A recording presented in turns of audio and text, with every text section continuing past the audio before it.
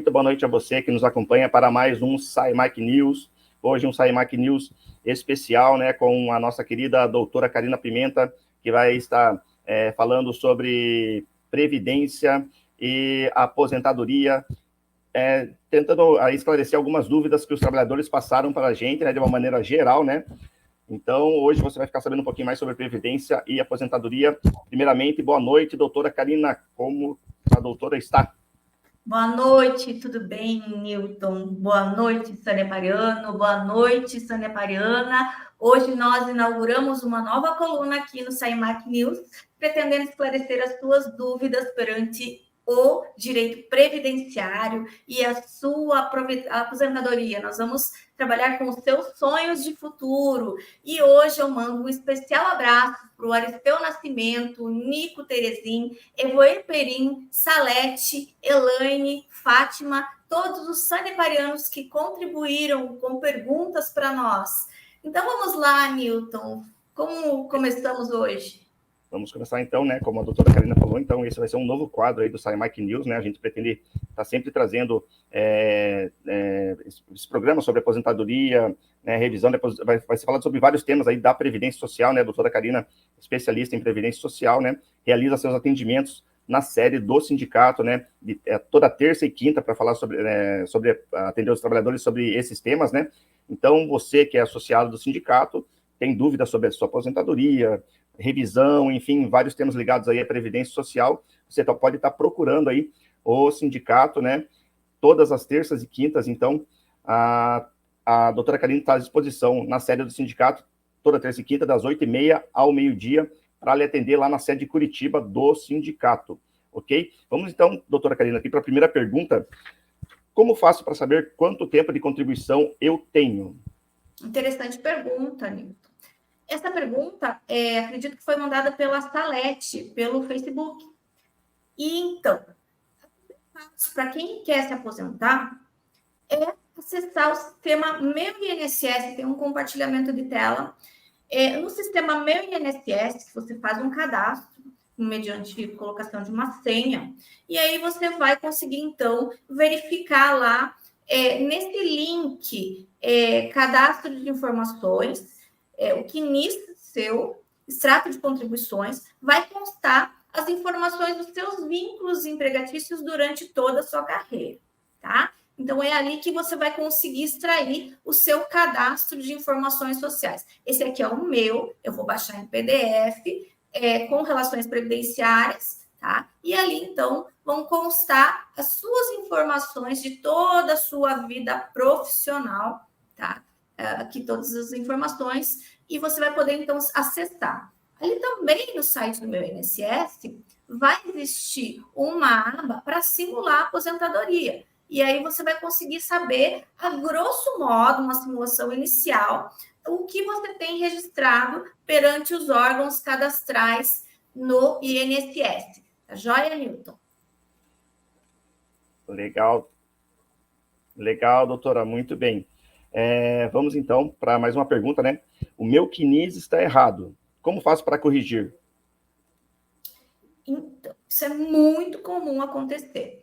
Por quê? Porque os vínculos mais antigos, alguns empregadores muitas vezes deixaram de registrar, seja a data de início, às vezes a data de fim, sejam algumas contribuições que ficaram fora. O sanepariano, às vezes, fez algumas contribuições como um empresário, como um contribuinte individual. Existem alguns registros, por exemplo, indicadores de atividades especiais que eventualmente possam ter ficado de fora. É muito comum, então, existiriam incorreções, alguma reclamatória trabalhista, que houve o pagamento de alguma verba a mais, ela não foi diluída no tempo da contratualidade ou no tempo que aquelas diferenças foram pagas. Então, é realmente muito comum o CNIS, o Cadastro Nacional de Informações Sociais, estar incorreto.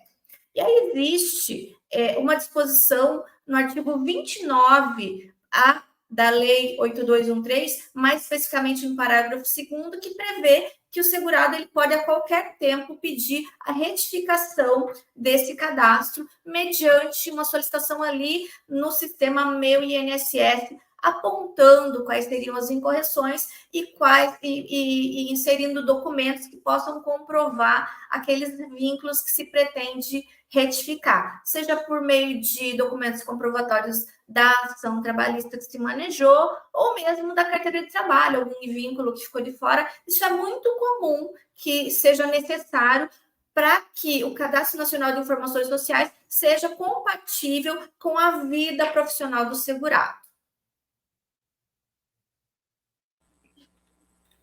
Muito bem, doutora. A outra pergunta que enviaram para a gente também, tenho vínculos que não estão no CNIS. Eu posso incluir esses vínculos, doutora? Pode, como eu te falei. É feito um requerimento ali no site Meu INSS ou pelo número 135, que também vai abrir essa requisição, vai permitir que o segurado, aí pelo computador ou pelo aplicativo por celular, anexe documentos que vão comprovar aquele período que está fora do CNIS. Essa semana aconteceu um caso bem interessante, que foi inclusive do meu pai. Ele tinha um período de 9 meses, de um contrato muito antigo, que ele verificou lá no CNIS, com a minha orientação. Abraço, pai, seu Carlos. E aí ele viu que estava fora e ele resolveu, então, formular um pedido administrativo perante o INSS para que seja computado esse período que estava fora do CNIS. Isso é muito frequente, é muito importante que, antes de formular qualquer pedido de aposentadoria, de fazer qualquer simulação, haja conferência, então, desse CNIS, para que ele seja compatível com a vida profissional do segurado. Bacana, doutora. Outra pergunta também que mandaram para a gente, né? Tivemos, então, em 2017, tivemos a reforma trabalhista, né? A reforma da Previdência em 2018, né? Uma reforma que, na visão do movimento sindical, precarizou aí as condições dos trabalhadores, né? Prejudicou aí os trabalhadores a se aposentarem, né? Como que eram as regras antes da reforma, doutora? Então, essa reforma ela teve vigência a partir de 13/11/2019 e ela alterou substancialmente os requisitos para o trabalhador se aposentar. Mas existem algumas regras que são mantidas, é o tal do direito adquirido que muitas pessoas falam. Então, aquelas pessoas que conquistaram o direito, que concluíram os requisitos antes da reforma, eles conseguem se aposentar ainda nas regras antes da reforma.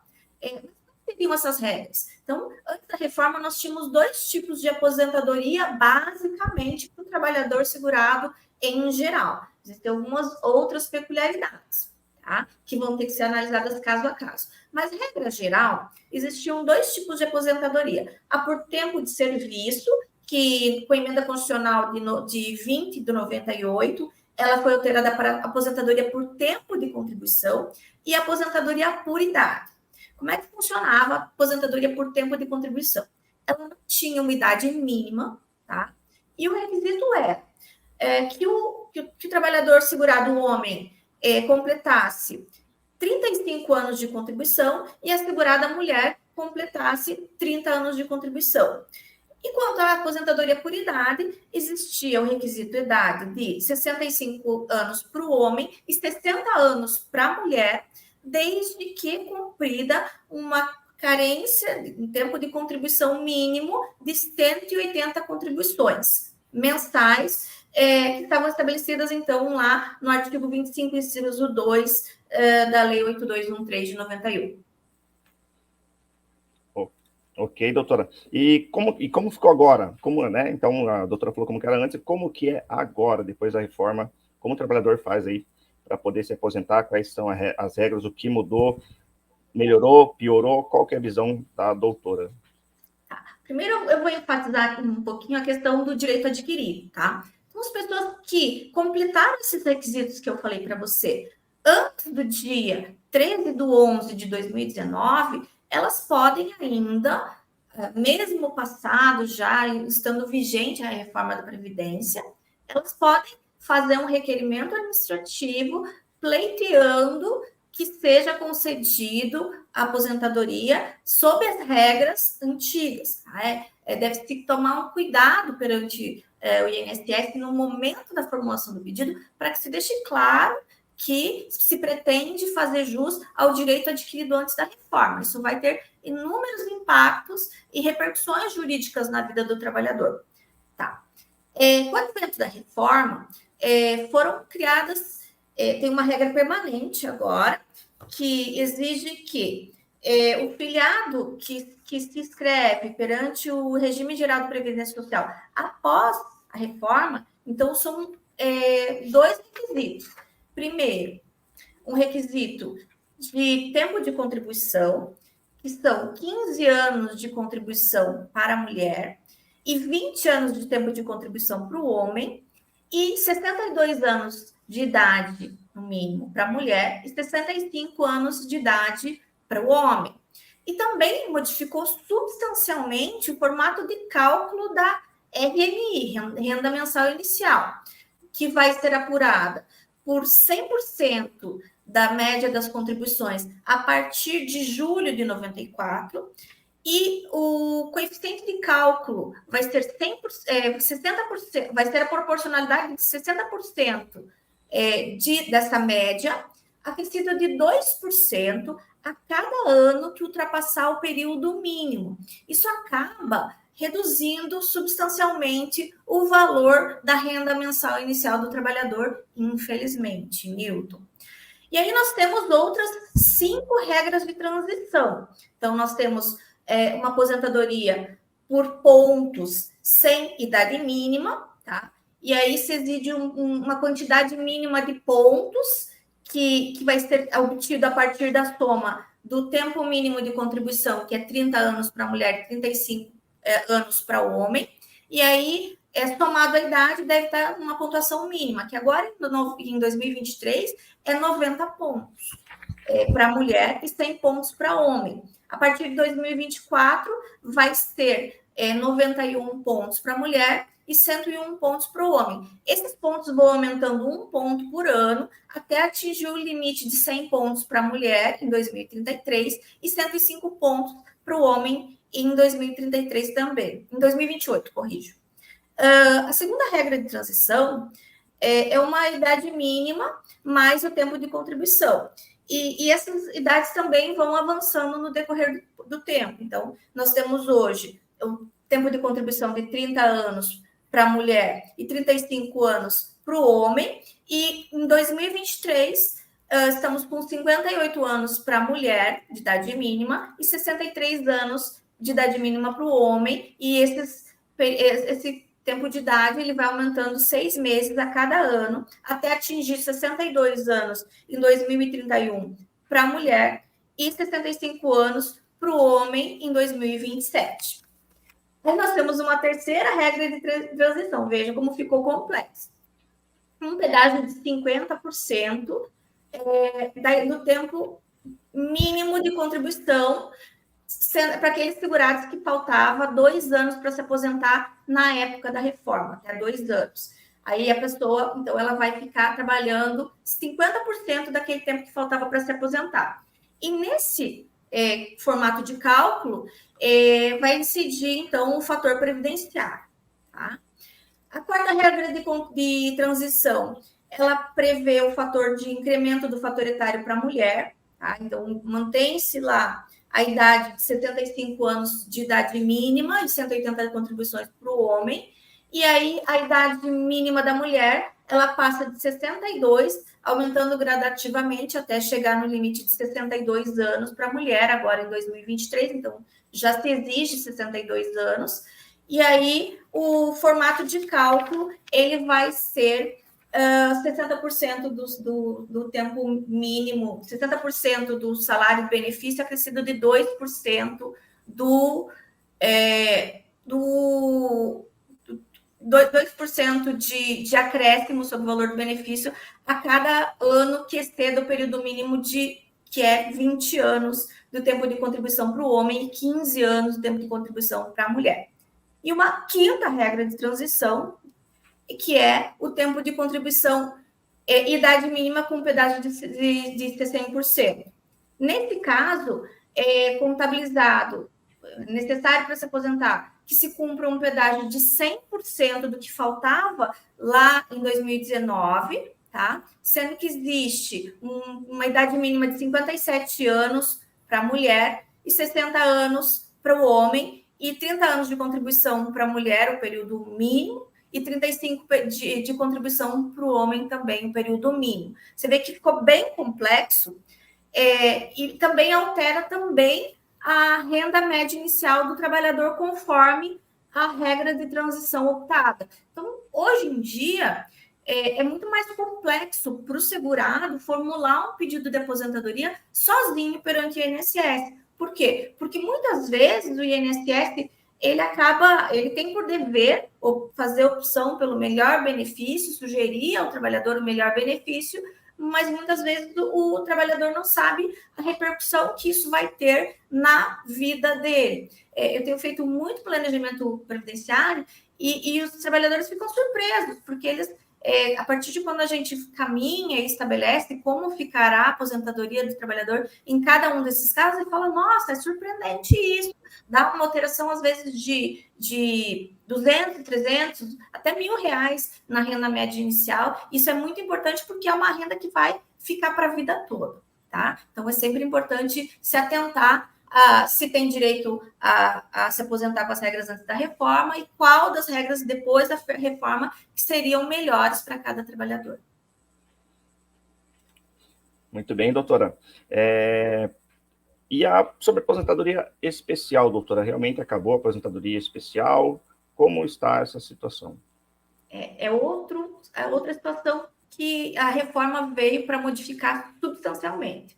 E também é interessante a gente observar o direito adquirido e sempre ter em mente, tentar fazer simulações e pensar se não se enquadra antes da reforma. Por quê?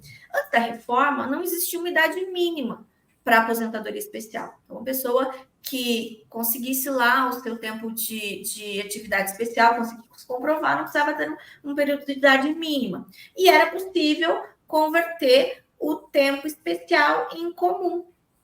Isso facilitava bastante e ajudava no acréscimo de tempo ali necessário para cumprir os requisitos para aposentadoria. A partir da reforma, a legislação atual não permite mais a conversão de tempo especial em comum. Tá? Então, não existe o que se considera lá tempo ficto, que é essa conversão de períodos. Tá? É um fator bem importante. E também passaram a ser exigidos requisitos de idade mínima, e aí existe uma questão de pontuação também na aposentadoria especial. Só que por ser um tema bem específico, Newton, eu vou deixar um próximo encontro onde eu vou explicar para vocês especificamente as questões de aposentadoria especial. Combinado? Combinado, doutor, isso aí. Lembrando que a aposentadoria especial aí, o movimento sindical, né? Tivemos essa semana aí o Chicão, lá da Fenatema, o Chicão que foi entrevistado da gente aqui, né, na semana retrasada, né? A Fenatema aí batalhando forte pelo retorno da aposentadoria especial lá no Congresso Nacional, né? Para que o trabalhador possa ter direito a esse benefício, né, doutora? Exatamente, exatamente. Inclusive, existem alguns projetos de lei versando sobre essa questão do regresso da aposentadoria especial.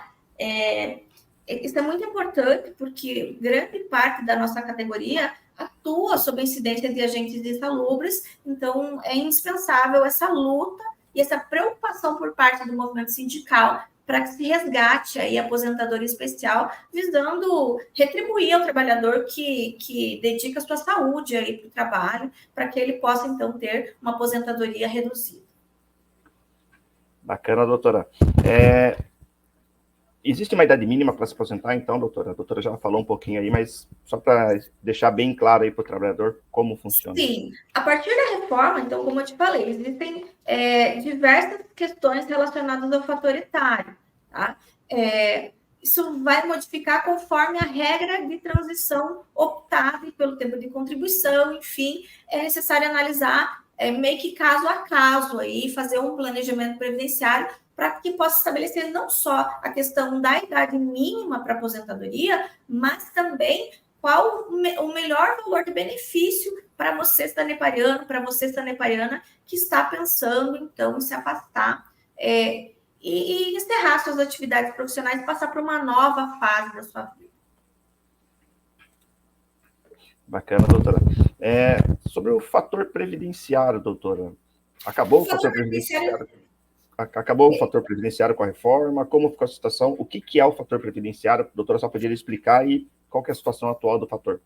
O fator previdenciário, ele é um componente, é um multiplicador, tá, que vai incidir, e ele é um cálculo um tanto quanto complexo, que ele calcula, utiliza a idade do segurado, tá, e a perspectiva de sobrevida do segurado, de acordo com os números expostos pelo IBGE. Esse fator previdenciário, ele sempre incidiu como fator de redutor. Então, você obtém a média remuneratória, tá? E aí ele vai incidir sobre essa média remuneratória para reduzir, evitar assim, que as pessoas se aposentem muito cedo. Muito se fala sobre a extinção do fator previdenciário, mas ele não foi completamente extinto. Ele continua incidindo na formação da renda mensal inicial, lá da regra de transição número 3, na qual vai ter o tempo de contribuição mais o pedágio de 50%, onde não há idade mínima, tá? E aí ele é um fator que vai reduzir o valor da renda mensal inicial, que se calcula, então, nessa regra de transição, a renda mensal inicial obtida a partir do cálculo das 100% da média dos salários de contribuição desde julho de 94, e sobre isso incide o fator previdenciário, então, que é esse multiplicador. Ok, doutora. Uma das perguntas que a gente recebeu aqui de um sanepariano é a seguinte: eu ouvi dizer que o sanepariano que se aposenta após a reforma é demitido, sem pagamento das verbas rescisórias. Isso é verdade? O que pode ser feito? É a dúvida aí dos nossos trabalhadores aí que enviaram as perguntas para a gente aí. Essa é uma dúvida muito comum aqui no escritório, muito comum. Quando me perguntam isso, me perguntam se vai ter programa de aposentadoria incentivada. Tá? Já começo respondendo que eu não sei se vai haver programa de aposentadoria incentivada, e acredito que ninguém na Sanepar nem no SAIMAC sabe dessa informação com tanta antecipação.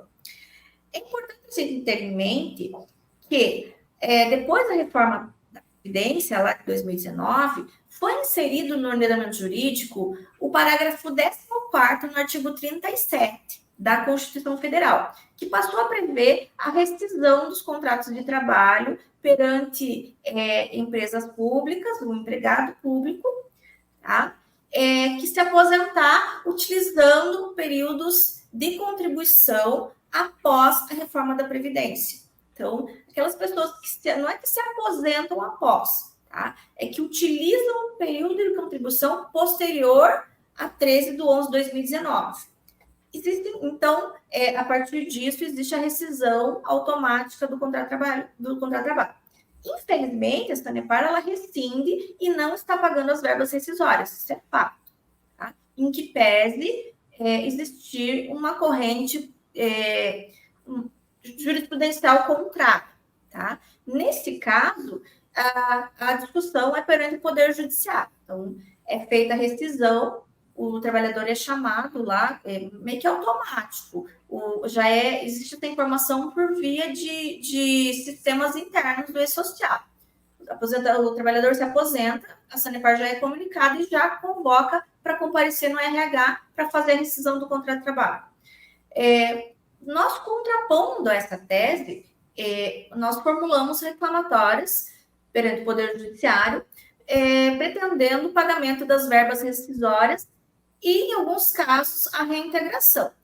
Os casos de reintegração eles são possíveis quando se constata que o trabalhador já cumpria os requisitos para aposentadoria antes da reforma. Então, é muito importante ter cuidado no momento da formulação da aposentadoria. Por quê? Porque se você utilizar períodos de contribuição somente antes da reforma, isso não importará na rescisão automática do teu contrato de trabalho. E também é muito importante ter em mente de que eventualmente tem muitas pessoas que formularam o pedido antes da reforma por algum motivo, por não concordar com valores, por não concordar com a exclusão de algum elemento, por exemplo, um período de contribuição que você tinha como certo, ou um período de atividade rural, ou um período de atividade de reclamatória trabalhista que foi desconsiderado pelo INSS, enfim, alguns elementos que você discordou e renunciou e arquivou o seu pedido de aposentadoria antes da reforma, é possível tentar reabrir esse procedimento para uma tentativa lá perante o Poder Judiciário, reinstaurar esse benefício e fugir das regras posteriores à reforma. Isso tem sido feito com sucesso aqui no escritório e acredito que em outros também tem obtido êxito nessa situação. Entendi. O ideal, então, é que o trabalhador que está em vias de se aposentar, está nessa situação, que ele procure, né, o trabalhador associado do sindicato. O sindicato oferece aí assistência jurídica para os associados. Se houver dúvida, que procure, então, o sindicato, né, a assistência jurídica aí para poder tirar essas dúvidas e poder, tirar essas dúvidas, né? E daí poder ter uma aposentadoria melhor aí, né, doutora? Poder ter mais tranquilidade para se aposentar.